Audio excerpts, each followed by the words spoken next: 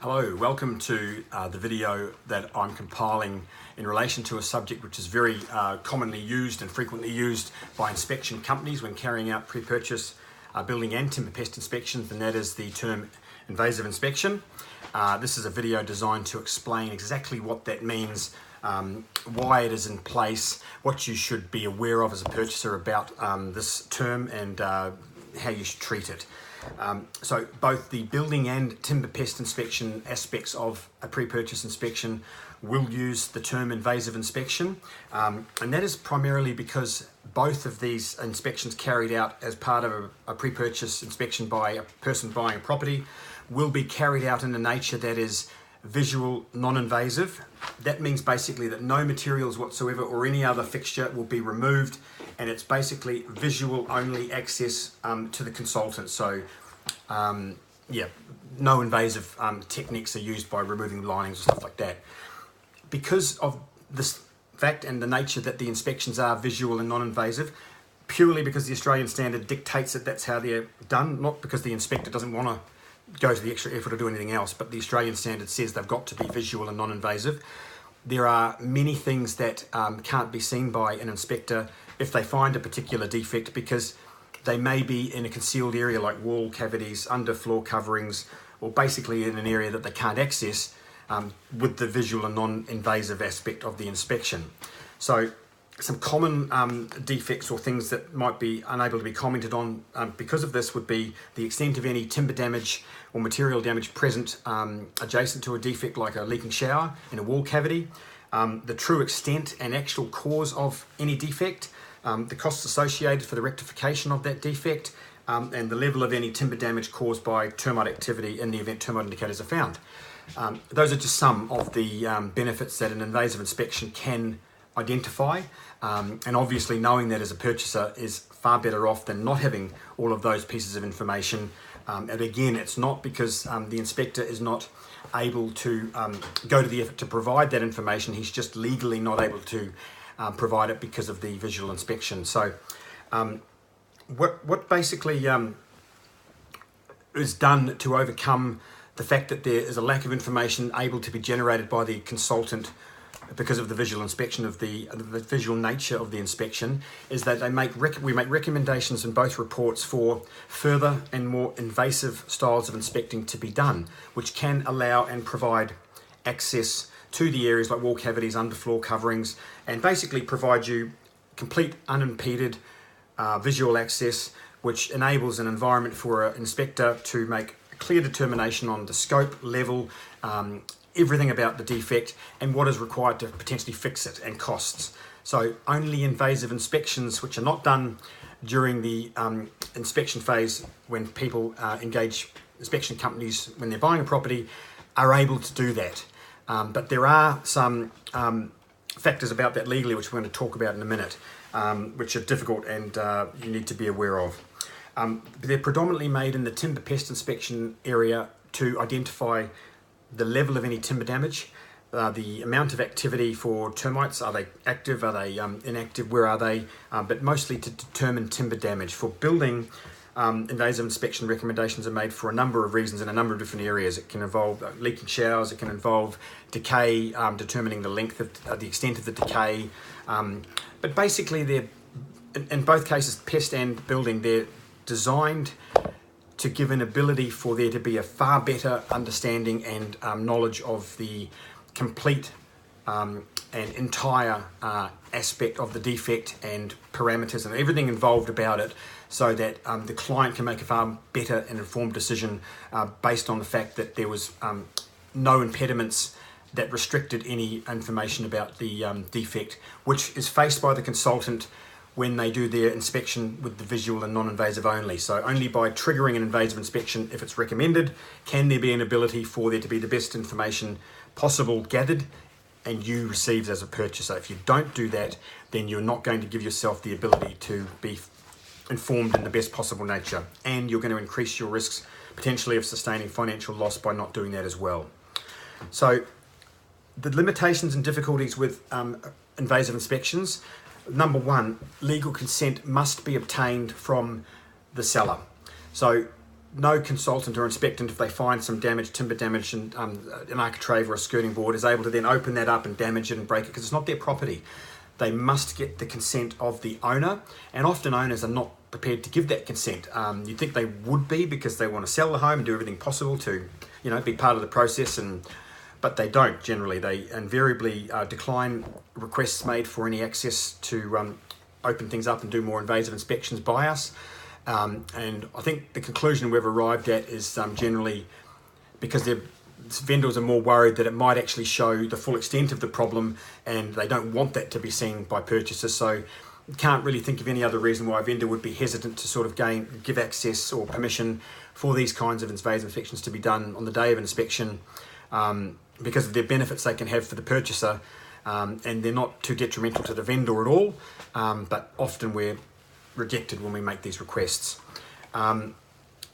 Invasive inspections can be really beneficial for defects of a localized area,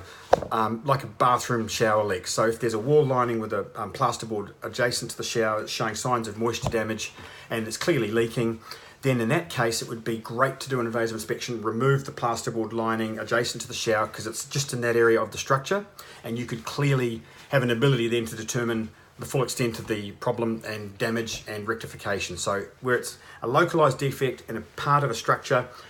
that's going to be of really good benefit to organise an invasive inspection. The flip side is they can be very limited and misleading in areas like termite, because if you have termite damage, say in a garage skirting board, and an invasive inspection is done in that area near the garage skirting board, and no further damage is found or activity of termites, there could be an incorrect assumption or conclusion that, hey, everything's okay because we did this inspection invasive and there was nothing there. But the reality is termites can be wherever in a structure, in the other end of the structure on the second level, miles away from where the actual visual damage is found. So if you wrongly concluded that if an invasive inspection was done and because in that area where the termite damage was seen, there was no further damage, that everything's okay, incorrect. It could be significant damage in another part of the property that's not visually accessible, but could only be determined by invasive inspections. The reality is with termite side and damage and timber damage, the only way, again, this is not practical or cheap, but the only way to know what level of damage is at a property for termite damage is by completely stripping it of all of its linings, like plasterboard. The exterior cladding would need to come off, any insulation in the ceiling void.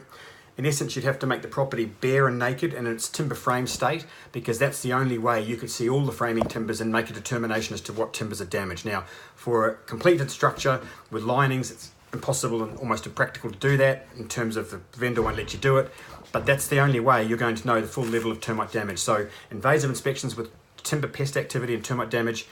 need to be treated with caution and not misread, which they can be. We've seen that in the past in some instances. For the reasons I've just said. So so in summary, basically it's legally incumbent on inspection companies to make recommendations within their report to their purchasers and clients for invasive inspections to be done, because that gives them legal protection. I'll explain this in a minute, and reduces the risks of litigation from their client in the future of when the clients move in and find stuff that was not visually accessible during the inspection but was found during invasive inspections being done. So that's the first thing, to recognise it's not the inspector making these recommendations for invasive inspections to be difficult or confuse you or make you think you need to do all these things. It is a legal requirement to give them protection based on legal precedent. Purchasers shouldn't conclude that you need to act on every single invasive inspection. There will be some in the report that, of course, if they were done, they could be of some value, but they're in the report more so to legally protect the inspector from potential litigation in the future, and not because there's a real need to do an invasive inspection because there's a present defect right there and it needs to be determined what's there. So prioritise and try and understand what recommendations are in the report that are more important to actually do, and don't get lost in the ones that are there more for a legal protection for the consultant.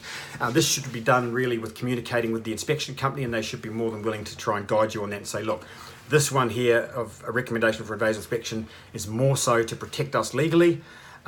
This one here is really the one that you should consider doing straight away because it's got far more risk and more consideration for you, because there could be something in that area in view of the defect we've found, if that makes sense. Basically, okay, give you an example of why an invasive inspection, this will put into perspective for you, is necessary and legally protects an inspection company. So let's just assume there was a leaking shower in a property that was identified by an inspector during their inspection and was put into the report. So the client was made aware of the fact there was a leaking shower, but there was no recommendation also done by the client, by the consultant inspector to their client to say, listen, there's a leaking shower here, but you need to consider doing further and more invasive inspections, because that way you'll be able to determine the level of damage and all these kinds of things. Let's just assume that the inspector identified the shower leak but did not put that recommendation in for their client. The client purchases the property, moves in, and say 3 months later decides to do some rectification for the defect that was identified once they've moved in and happy. Once they start doing the rectification and materials are removed as part of the renovation, the purchaser finds, hang on, there's a lot of damage here that we couldn't see before, and there's some things here we didn't know about that have only come about with the materials being removed, and that of course weren't visually accessible to the consultant, and of course weren't in his report because he couldn't see them. When the purchaser sees these kinds of things and realizes they're going to sustain financial loss, they have an ability to litigate on the building inspector, and based on legal precedent and court decisions would win, because the courts have said that had the inspector at the time not only identified the defect but made a recommendation for further investigation to be done by invasive inspections, it could have been done at the time the property was being bought, and the purchaser could have negotiated and not suffered any financial loss. So that's why for a lot of these recommendations in the report, these invasive inspection recommendations are there because they legally protect the consultant from any future litigation. So it's all about duty of care and exercising that, and it's come about from insurance companies having inspectors that have been litigated on, and then they advise inspection companies around Australia to put these clauses in, and that's why they're so plentiful. So I hope that sort of explains why they're needed, the fact that you don't need to act on all of them, what ones could be more beneficial than others, and just gives you more of an understanding as to what they are, and basically when you should act on them. And the key is that they're required. They can be of massive benefit if they're more localized in an area, but just treat them with the fact that they're not always going to be the best thing that you can do, and they might be in the report for legal reasons to protect the inspection company. So yeah, that's probably the best way to describe it. So I hope that helps you, gives you a bit more of an understanding of a very critical recommendation and term that is made and used in the industry, and the reasons why that is, and a better understanding for you of how to deal with it. Thank you.